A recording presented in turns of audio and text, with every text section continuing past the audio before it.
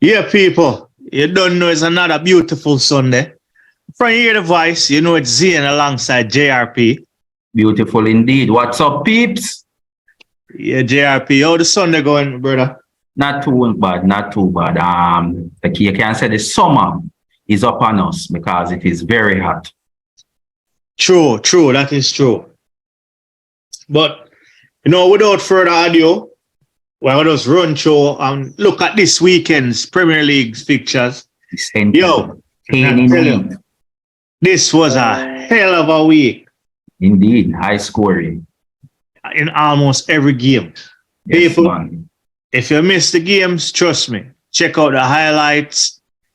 There was no disappointing game, apart from Fulham. Yeah, but apart from Fulham.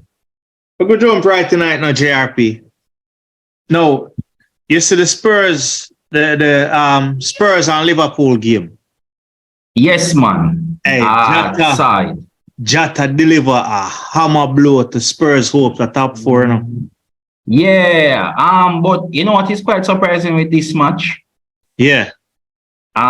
Based on Spurs running a 4 games, I thought this would have been an easy game for Liverpool. Yeah, so did I. I mean, in the first 27 minutes, it was, because they were 3-0 up in the first 27 minutes. And you didn't expect Spurs to come back from 3 goals down. No, none at all. Not against this Liverpool team that is currently pushing for top 4. Yes. Now, my thing I have to wonder, do you think, the Spurs still has that Conte mentality where they start off the first half slow and, they can't get going until the second half? Spurs seem like they have to be behind before they can get their act together, because as much as it was an impressive performance coming down from 3 goals, almost winning it, almost getting a point. Yeah. You could ask the question, why couldn't they done this from the get-go? Exactly. And it's like the same old story with Spurs, people. They're always coming from 2 goals behind or a goal behind. They can never play the first half. But just like you said, this is a real hit to their title, not title, getting into the top 4. Yeah. Like I said from the previous game, I do have Tottenham making it into the top 4, and it is for a reason like this. Yeah, definitely. You cannot play 45 minutes worth of football and expect to be in the top 4. Never. Well, like I said, Jota, take a bow, sir. Yeah, man. Definitely. But the funny thing, because Richarlison got subbed out enough people and scored his first Premier League goal for Spurs. But before we move past that, this is his first Premier League goal for the season for Spurs. For the season for Spurs, yep. I mean, that is quite embarrassing. Yeah, man, big time. I mean, you have players that were injured and come back and outscore Richarlison. By far. I mean, since he signed for Spurs, he scored 3 goals in total. 1 in the Premier League and 2 in the Champions League. Their first game, I think. Not the return that they wanted. No, definitely not. And when he got his goal, basically you could have said, yes, Richarlison, basically, you're the hero today. Yeah, got the monkey off his back. Yeah, man, but it was another Brazilian with a horrible mistake, Lucas Moura. Yeah, that back pass. I mean, it's the typical Spurs thing to do, give it away, then win it back, then give it away again. Yeah, and from time to time we see the centre-backs making these horrible mistakes late in the match, and question have to be asked, is this because of fatigue? Is this just madness? Or, hey, what do you think? I mean, for Moura, it can't be fatigue because he hardly plays. But for other centre-backs, it can definitely be fatigue. I guess he was nervous. The pressure got the better of him. True. But talking about pressure, another team handling the pressure, Newcastle is strengthening their grip on the top 4 because they eased past Southampton today after a rocky start, I must admit. Yeah, a quite nervous start, but they managed to come out 3-1 winners. Like I said, they are definitely finishing strong. At one point in the season, there was a dip in form for Newcastle. Yeah, not scoring many goals. But now we see that they're going for it, and this is the best time to hit that peak form and just finish strong. True. I mean, it shows when you hit peak at the right point in a month, it's like everything is in your own hands now. Just like Bournemouth, because Bournemouth seem to be all but safe right now because they got a convincing victory as Leeds slip closer to the relegation. Surprise. And this was 4 goals by Bournemouth. I had them going down, but I guess I have to reshuffle my relegation teams because Bournemouth definitely pushing away from the pack. Yeah, man. I think the fight that Bournemouth is showing, that is the impressive thing. Right? Yeah. The fight that they are showing. And like you're saying, they're pretty much safe. They are surprisingly on 39 points. That is leveled on point with Chelsea. Boy. I guess we can. Let me not say it. Let's not say. Bournemouth have been safe, but right now they are making headways, and it's a good look for them. Yeah, man. Not so much for Leeds because they keep slipping every week. They're currently 16th position and 30 points. They're level Nottingham Forest, so they're in the dark fight once again. The problem as well, both Leicester and Everton have a game in hand over Leeds. So you think they will avoid it this season? Because last season they came pretty close. Right now, if you're a betting person, you'd have to be a brave betting person to bet on the other 2 teams going down. Trust me. It can be Leeds, can be Everton, it's so congested down there. Like we know, Southampton is going down, but it's going to be between Everton, Leicester, Nottingham Forest, and Leeds. It will be that ding dong battle. Easily, West Ham can be dragged down in it, but they are they're finding some form athlete. Yes, but a person that's never dropped form in a man, Erling Haaland. The Viking, the beast. You remember when this guy was signing for City, and at the start of the season, a lot of Manchester United fans that both you and I know personally were saying that City don't play as good with Haaland, and Haaland is going to find it hard this season because it's his first season in the Premier League. Yes. And even halfway through or before the World Cup, they still didn't want to give Haaland his roses. No. But they have to give him it now. This guy has broken almost every single record. Even though it is not one of his best games, right?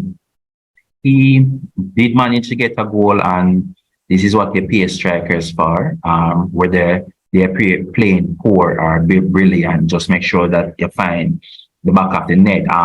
Possibly he was the poorest of City players, but when you're scoring a goal, oftentimes people just look past that. Overlook the performance. Exactly. And City did turn up, all their players did turn up. They roll out the big guns. I mean, you have Alvarez who got a goal as well. Who remember that guy? Ding ding, he's there. Mahrez was there. He turned up. Grealish played good. Everyone in that back line was brilliant. I mean, Fulham did manage to get a goal when it was at 1-1. We were saying, can Fulham do something right here? I was hoping Fulham could. But wishful thinking. But what I can say is that no offense to Arsenal, Fulham put up a much better fight than them. Definitely. But you see, with this goal, even though, like you say, Haaland was the worst City player on the day, with this goal, no, he's equal the record for most goals scored in a Premier League season, because he's on 34 and he's level with Alan Shearer and one of the Andy great Cole, from Newcastle. right? And Andy Cole. And these the records that they set was in a 42 match season, right? So He's doing it for fun. And he's definitely doing it for fun. You see the thing, Zane, if this is just the first season for Haaland in a new team, right? And it's pretty much, like I said, on what, 34 goals. 34 goals in 34 30 appearances. 30 appearances. Yeah, one can only imagine what will next season be like when his players are used to him and he is used to them, and everything is just moving more fluid.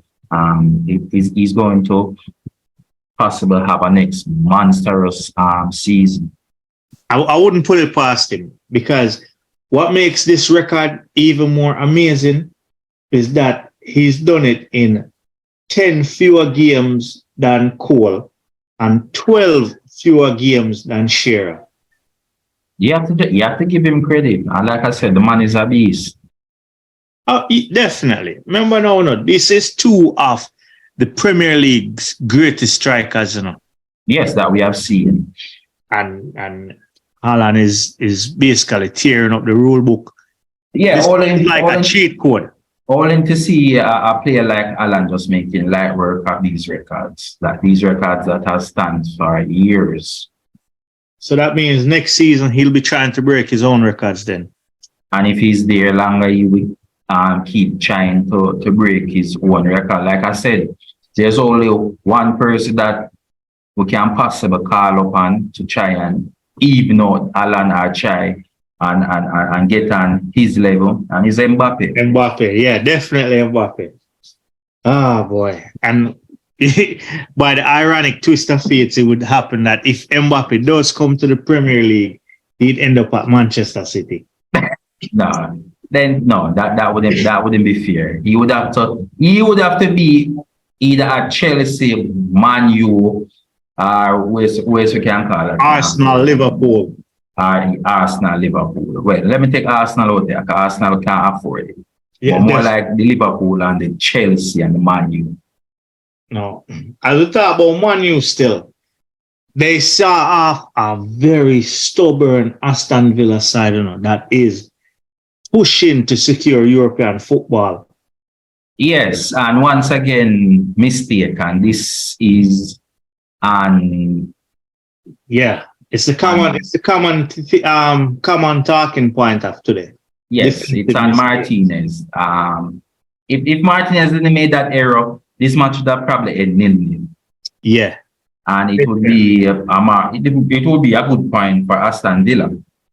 Yes. And this is a small margin that we keep talking about. Small margin like this that would definitely cost you and your teammates.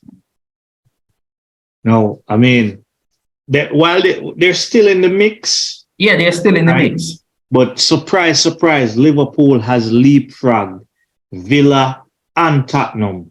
And like I said, if Aston Villa had drawn this match, they would have been at 55 points. Yeah, they would be sitting in fifth. They would have been sitting in fifth. But like I said, errors is what cause a lot of these goals, especially in the dying moment. Yeah. It's been a crazy weekend though, people. Now, another game that went down to the dying moment. Forest, oh boy. They're just a point off the bottom three now, because they lost a lead and then ended up losing the game in stoppage time. Yeah, and it's sympathy for Nottingham Forest because you could say these last 3 game weeks they have been playing. They have been playing for their life. They are Yes. literally out there fighting. They are going at it. And in Brentford match, they went at it again. Yes, they did. They did. And that is the thing, it's not like they're just rolling over and giving up. They No, are definitely going for it. and they have to. Maybe looking from the outside, looking in, you could say maybe they were a bit naive. Maybe they should have just try and close up shop and just settle with this point and then just move on, right? But like we discussed, a single point won't help Nottingham Forest, even though they are 17 in the table. They need full 3 points if they're going to avoid this job. Not saying that they will get it, because based on how Everton and Leicester are playing, if they continue on that chain, then Forest will escape. Yeah, I mean, both these Everton and Leicester have been on a steady decline. Yeah, so if it's still like that, then Forest will be safe, but can't leave it up to chance. They have to take any chance that they get and try and get 3 points. Right. No, recently, we saw a record being equal with, I think, 5 goals against Spurs by Newcastle in the first half. Yeah. I didn't know that we would see that record being equal again so quickly. Brighton said, hold my beer. Oh gosh, man. Brighton, I don't understand how this ended up just 6. Especially Brighton had rested some of their key players. I think there are 3 main players, right? Then turn up and score 5 goals in 27 minutes. I think Wolves are at the beach, Yeah, Wolves probably think that they're safe. So they're already thinking about vacation and preseason. It could be that. I have Wolves losing, but come on, man. Yeah, not in this manner. Not like this. Not like horrible, this. Man. But we must show respect to Brighton. And where will you see Brighton next season? Because right now, I mean, if Brighton should get just more investment, getting some more players, I mean, Brighton can really push for a top 4 finish. Yeah, definitely. And I would have thought like someone like Welbeck would have stolen the show. I mean, listen, it was a bloodbath out there, people. Believe me.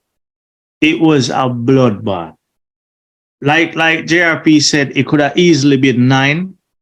At one point, I think Brighton basically took the foot off the gas. Yeah, because all the damage was done in the first half. Yeah, man. Even listen, even the Brighton fans felt sorry for the Wolves fans because they were chanting, give them their money back.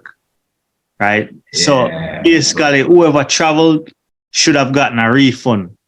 Possibly it might happen. No, Brighton made light work of Wolves and they're pretty much preparing to face Man U on Thursday. Yeah. I'm going to go on record and give Brighton this win. I'll back you on that one. It should be a tough game, but I'll back you on that one.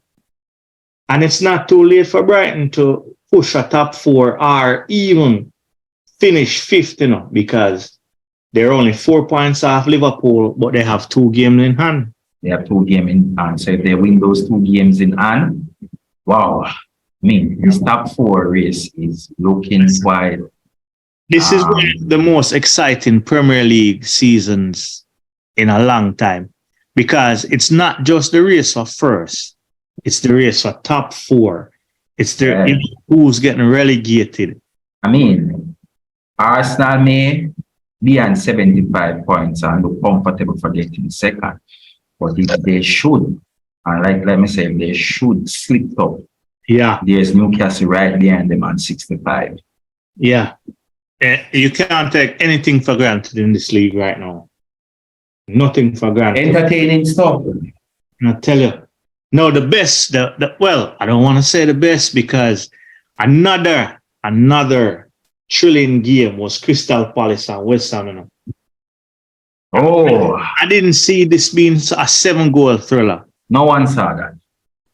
I mean, it was basically a straight out shootout. I had this match. Actually, I had this match going for a draw. I mean, Nil-nil. the betting man would, but it was, Crystal Palace coming from behind, taking the league, West Ham trying to peg them back.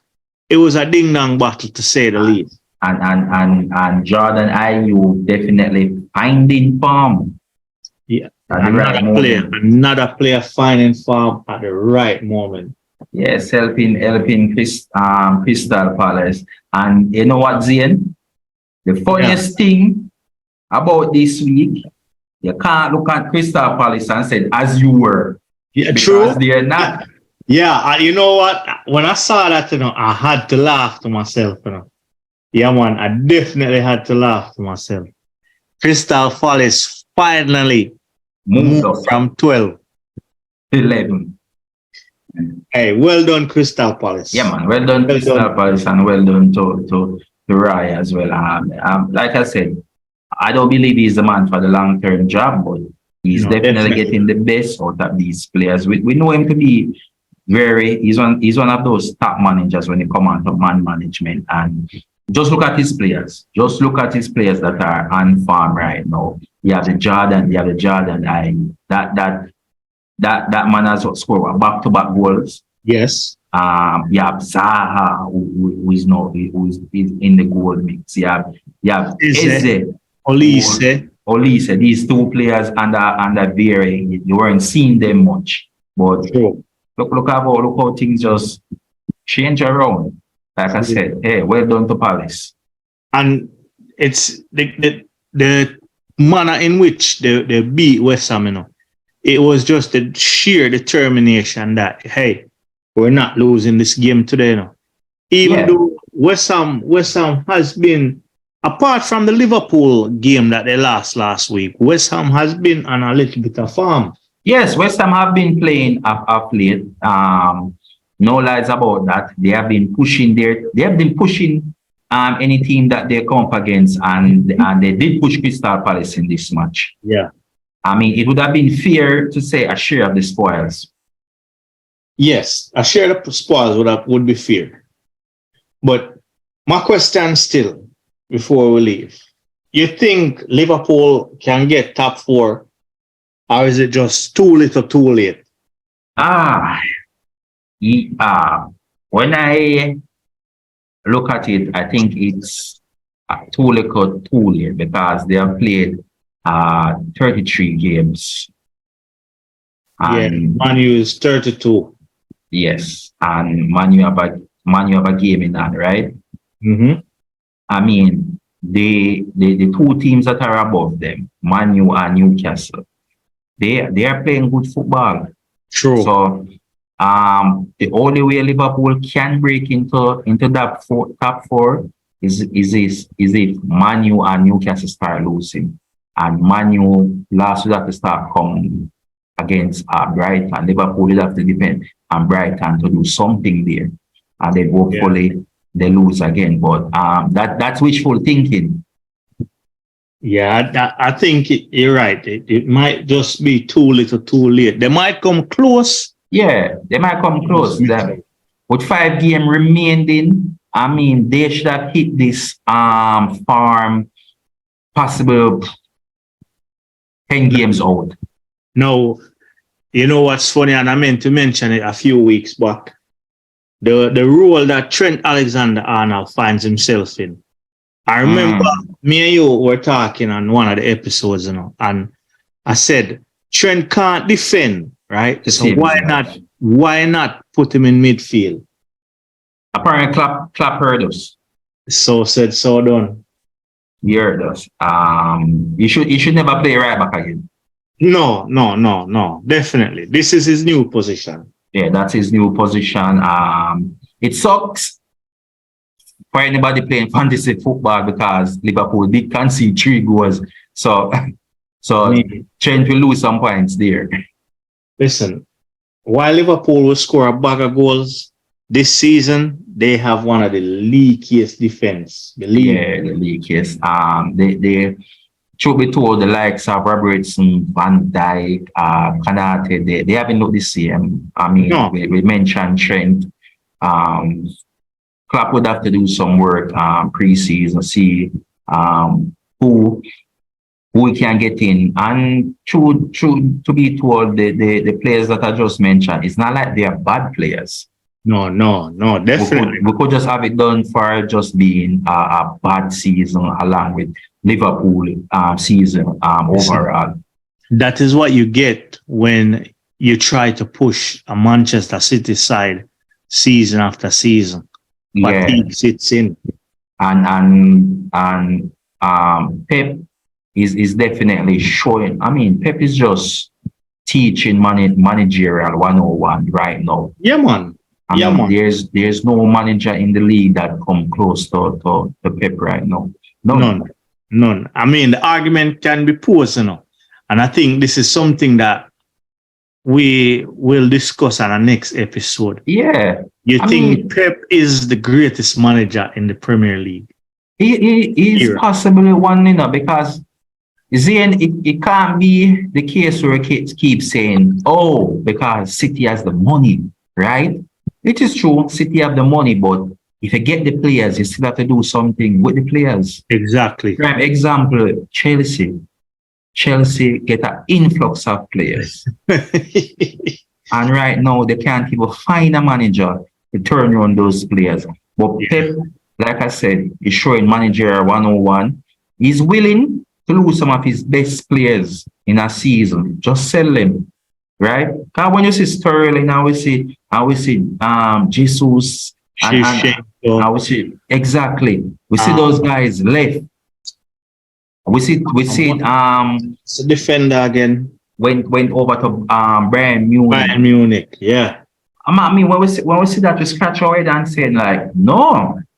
Yeah. How many managers would be brave enough to do that? None. Exactly.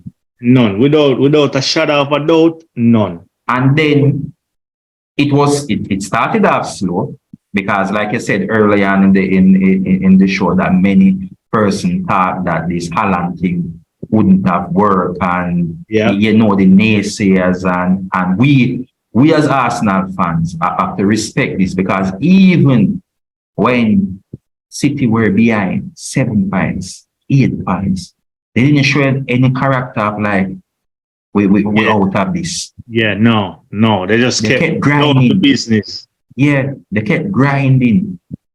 And this is what Pep Guardiola is all about. This man is a genius. Yeah, man. I mean, my only message, or the last thing I'll say before we head out, the City fans that are ungrateful, that keep saying Pep is a madman and they can't wait for Pep to leave, count your blessings. I mean, if and when Pep leave, it will be hard for another manager to come in and replicate what he did. Almost near impossible, man. This man has won what? 4 of the last 5 Premier League titles? Yeah. Wow. But you don't know the people. As usual, we ask everybody, smash the like button. Mash it up. Yeah, share it with your friends, man. Yes, listen man. when you drive, go work. Play this when you relax. Power gone and you get to watch none of you match them. You can definitely catch the roundup right here. I help you grow, man. Help you grow. We have our good things. Make it great. Which is right. Until then, people, you don't know the last of the real. I say, what good. Good up, follow you. Yo.